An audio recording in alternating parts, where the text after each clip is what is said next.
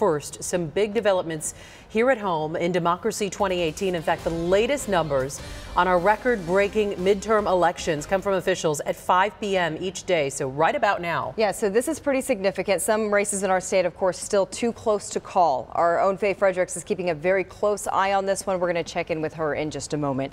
Meantime, Republicans in Arizona have filed a lawsuit against all county recorders across our state, alleging voters in Arizona are being treated differently, and it could put an unknown number of ballots in dispute. ABC 15's Mike Pelton in court today. Mike, in its simplest terms, the argument is that some counties are still verifying ballots while others stopped earlier this week.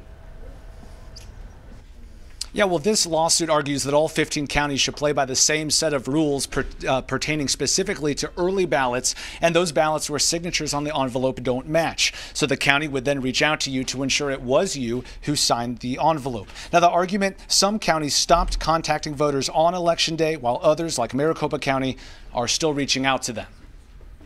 If you thought Election Day ended on November 6th, this lawsuit proves otherwise. Filed on behalf of Republican parties in 4 Arizona counties, it seeks to ensure every county is following the same process when verifying signatures on early ballots. The lawsuit alleging some counties stopped contacting voters on election night, while others, including Maricopa and Pima counties, continue to follow up with voters for several days after Election Day.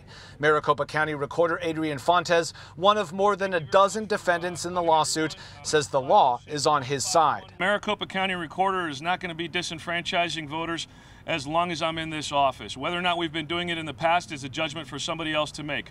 Well, as long as I'm here, we're going to use whatever processes the law allows, and this process is allowed by law. On Thursday, Superior Court Judge Margaret Mahoney declined a Republican request to set aside the ballots in question. Chris Herring, the chairman for the Maricopa County GOP, says this is not about tossing out some votes, but ensuring every county plays by the same set of rules. If I live in Yavapai County and my neighbor lives in Maricopa County and we're on the border and we're both in this situation, you have to treat us both the same. And that's not happening right now. Some voters are being given one set of rules and other voters are being given a different set of rules.